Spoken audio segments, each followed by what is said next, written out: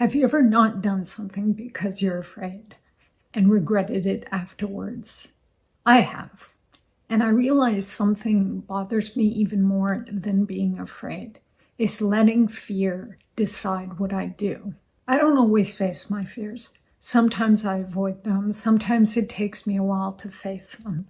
But when I know it's the only thing that stopped me from doing what I wanted to do, it really bothers me. I think there's an important distinction here. Fear and danger are not the same thing. Fear exists for a reason. Sometimes there is a danger, and it's our body's way of telling us it's something we shouldn't do. That's not something to overcome. That is something that we should listen to within our body. But then there are situations where there is no danger. Fear of embarrassment, fear of being judged, fear of failing, fear of doing something I haven't done before. That's the kind of fear I don't want determining the boundaries of my life. I had a fear of public speaking, so years ago I joined Toastmasters and I got better at it.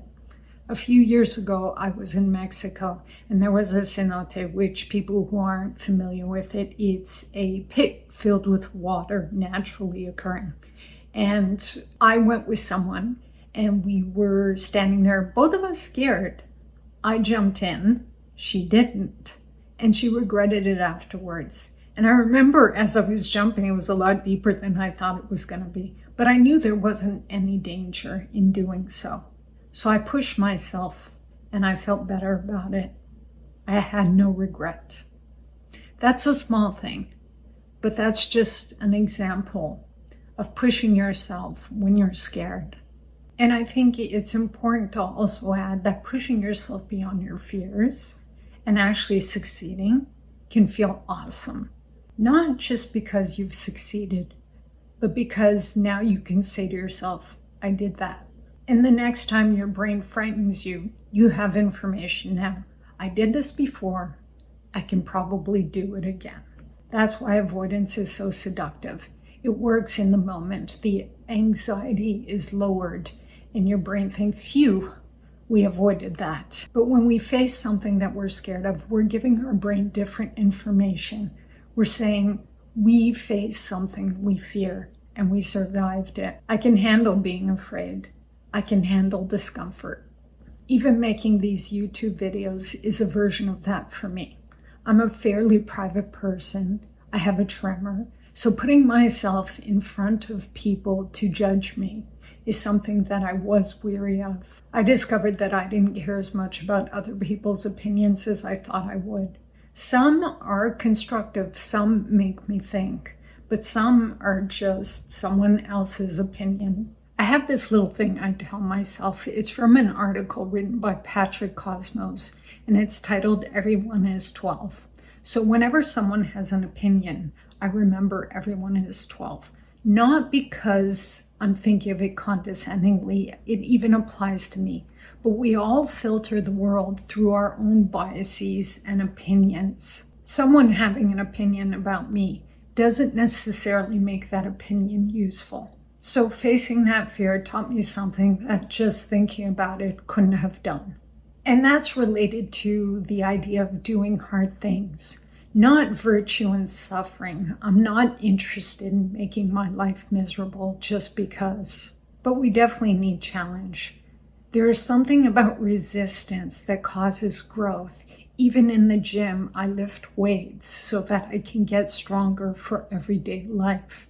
And psychologically, when we do hard things, that makes us stronger for everyday life. And eventually, life is going to throw something at you that you weren't prepared for. But if you practice things that are hard, then you're going to be better able to deal with them. And sometimes the thing you do is not going to go well. You will embarrass yourself. You will be judged badly. You will fail. And that's okay because your mind can also look at it in the way, I did it, I failed, but I'm still here. I'm still alive. It's believing that even if it doesn't, I'll deal with it. And that is a form of resilience. We hear about people who are successful who failed but kept getting up. And yes, this isn't the only thing that allows people to be successful. Sometimes there's luck, opportunity, the right timing, what you have been given as luck. But a lot of that is just coming back every time you fail instead of giving up. I don't claim to have extraordinary drive, but what I have noticed about myself is that something can suck, and I can even start feeling sorry for myself, but that only lasts so long. Eventually, I think to myself, okay, now what? What I was doing didn't work.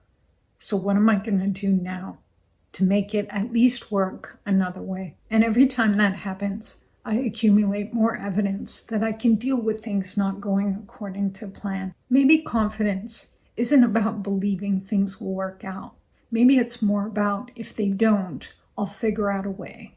It's often said that courage isn't about the lack of fear, which completely makes sense because if there is no fear, what is there to be courageous about? Courage requires fear.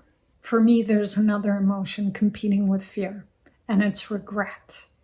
If I let my fear take over, I will feel relief right now, but in the future, I will not.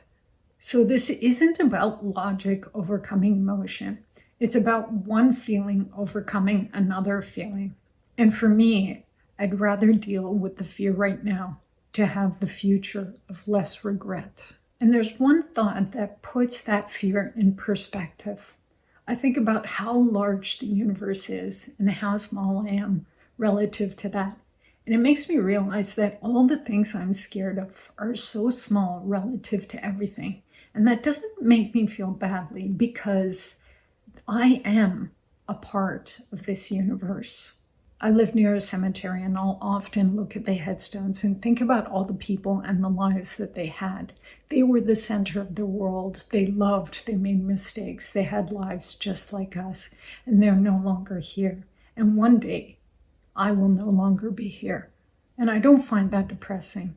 It's freeing. We're not here for very long. That doesn't mean nothing matters. In fact, it's the opposite. We are here for such a short time that I don't want fear to control my decisions. Fear gets a voice. Sometimes it's telling me there's a danger and that I should listen. But when it's not about danger, I don't want fear making the decisions that belong to me. Maybe courage isn't about being fearless. You can allow yourself to listen to it when there truly is a danger. But when there isn't, it shouldn't get the final vote.